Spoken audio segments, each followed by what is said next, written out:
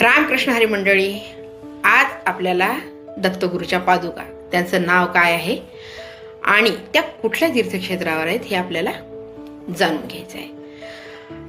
श्री क्षेत्र गाणगापूर हे कर्नाटक राज्यामध्ये कलबुर्गी म्हणजे गुलबर्गा या जिल्ह्यामध्ये अफजलपूर या तालुक्यामध्ये असलेलं प्रसिद्ध असं दत्त तीर्थक्षेत्र आहे.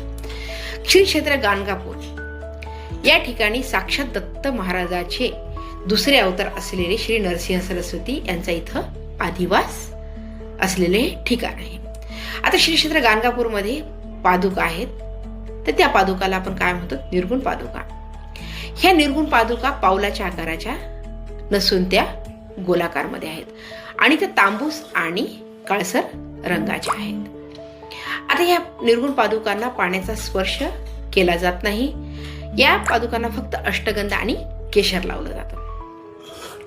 आता श्री नरसिंह सरस्वती यांचा अवतार जेव्हा समाप्तीचा वेळ आला त्यांच्या अवतारचा, तेव्हा त्यांनी भक्ताला धीर देण्यासाठी या निर्गुण पादुकाची त्यांनी गाणगापूर येथे स्थापना केली. गाणगापूर हे क्षेत्र दोन नदीच्या संगमावर वसलेलं आहे. तर त्या दोन नद्या कोणत्या आहेत?